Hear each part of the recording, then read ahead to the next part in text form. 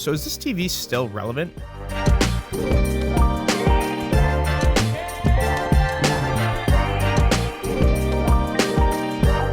Hey guys, how's it going? Justin here from Waltz, and today we're taking a look at Samsung's Q90A, the 85-inch version, and this is actually a 2021 TV, but there is a reason I'm talking about it today. I think there might be a pretty good value here, but there is a lot to cover, so we're going to break the video into 4 parts. Picture quality, features and design, audio, and of course my thoughts. So let's talk about picture quality.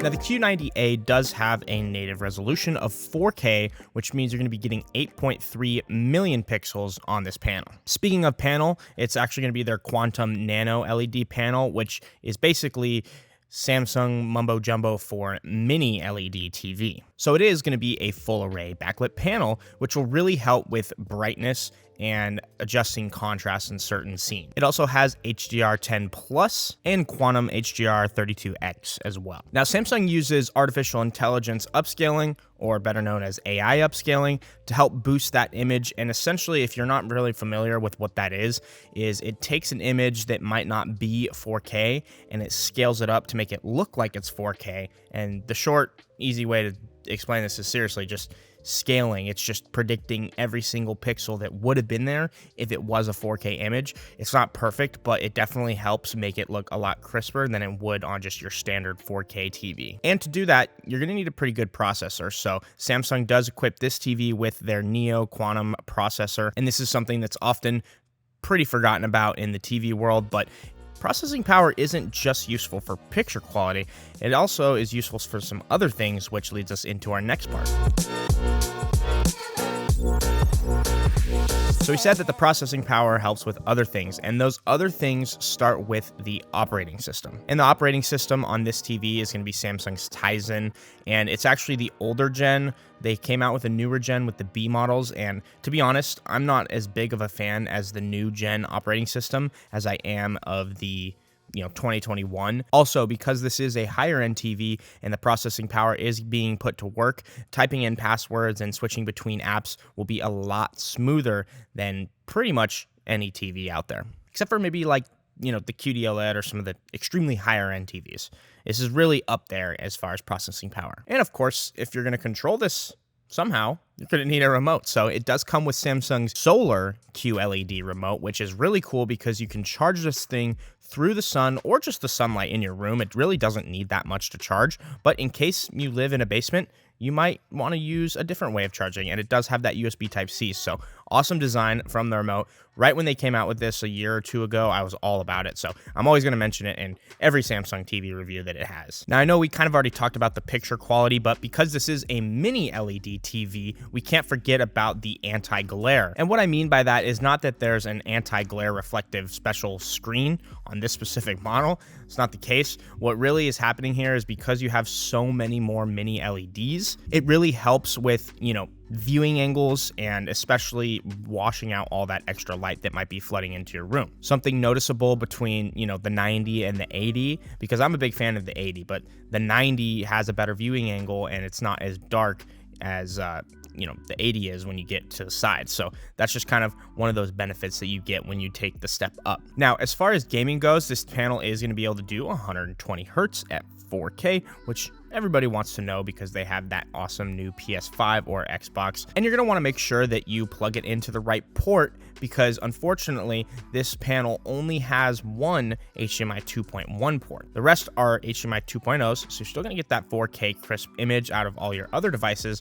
But if you do have an Xbox or PS5, I recommend plugging that in strictly to that 120 hertz port. It's nice and labeled with a little game controller next to it so you don't have to go digging for it. It also has 2 USB ports if you want to load any USB content on your TV for some reason, and an Ethernet port so you can hardwire it. Oh, and if you guys are enjoying the video, make sure to leave a like and subscribe. It really does help me out. The Q90A also has a really nice design, from the sleek bezels, almost zero bezel, to a very thin back, which is surprising from a mini LED TV, but it's very, very sleek overall, and I think it'll look really good on any wall that you mount it on. Coincidentally, I'm actually looking at this TV for my house because I want to upgrade my living room TV. Right now, I have a 58-inch Q6 which, yes, Q6, so it's a couple years old.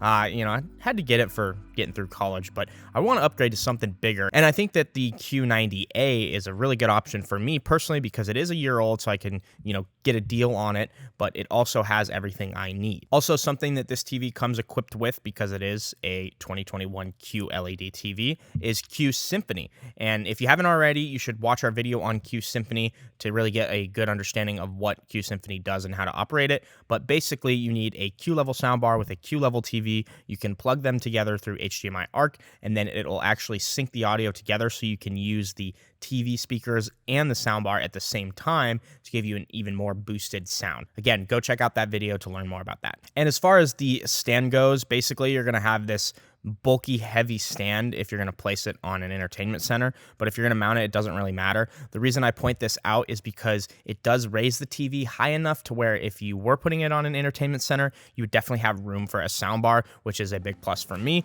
And these are all just things that you have to consider before buying a TV. Oh, and since I said soundbar, why don't we jump into our next point? Now, here comes the big question. Do I need a soundbar with this TV? The answer is yes. And the reason I say this is because most, if not all, TV speakers out of the box are really terrible. And it's not because the manufacturers suck at producing TVs. It's because they've gotten so incredibly thin and the style has just been, zero bezel, all that kind of fun stuff. So there's really no room for speakers. And a lot of times they're, facing down towards the ground, whether that be your carpet or entertainment center, and you get this muffled sound. Sometimes they have audio that can go, through the screen, but that's only on, just a couple of the ultra premium models. And even then, I wouldn't say it's a great, for overall movie watching. I mean, you have to remember, sound is at least 50% of the experience, and if not more. Don't believe me? Watch this clip of high quality video with bad quality audio, and then we'll switch to a bad quality video with high quality audio, and you tell me which one is more tolerable. So this is an example of amazing video quality with terrible audio quality. Let's switch and see what sounds better. Now our video quality has decreased, but our audio quality has gone through the roof. Major improvements. What do you guys think? So yeah, to me, I'd rather have good quality audio, although subconsciously you would think it's video, but it's really, annoying when you have to listen to those cracks and it just doesn't sound good. So if you boost your audio experience, you will definitely notice, and soundbar is probably the best way to do that, because if you want to do anything that's more intense than a soundbar, you're spending at least a couple $1,000s in a full hardwired stereo system. So it just makes it a lot easier if you just go with a soundbar, because you can hook that up through HDMI ARC or optical and just call it a day. There's more than enough soundbar options out there. If you're looking at this TV, I suggest pairing it with a Samsung soundbar for the best connectivity, and also that Q-Symphony feature. If you can get like a Q600 or higher, that's what I would go with. But if maybe you're not into that and you'd want to go with one of the independent brands, I know Polk and Klipsch make some great stuff, so I'll leave some links down in the description for you to kind of sift through. With that being said, it takes us into our final part.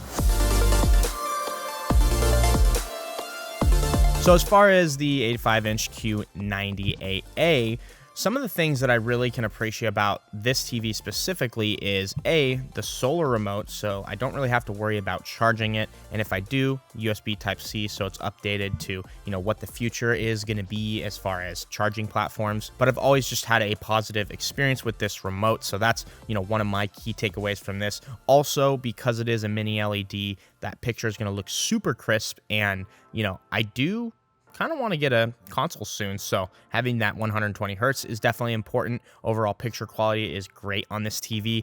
And lastly, underdog, in my opinion, the operating system. I really do like the 2021 version of the operating system, but if I wasn't able to get an AA, it wouldn't be a huge deal. I just really do like the 2021 operating system. Now, I'd also like to add that this TV is very heavy because it is a mini LED, so you're going to want to make sure that if you're wall mounting it, you pair it with a quality mount, and you get some help because you don't want to break this thing trying to hang it by yourself. But anyway, if you guys are here in the Phoenix Metro Valley, you should definitely come by our Tempe store and check out some of the cool TVs and other things we have. If you're not and you're thinking about picking one of these up, all the links will be down in the description. Make sure you guys leave me a comment and let me know what you think about this TV. If you guys enjoyed the video, leave a like and subscribe. And as always, have a nice day. Thank you guys so much for making it to the end of the video. If this is a product that you're interested, make sure to email me at youtube@waltz so I can get you a special YouTube discount. If you haven't already, subscribe for more videos like these, and we'll see you in the next one.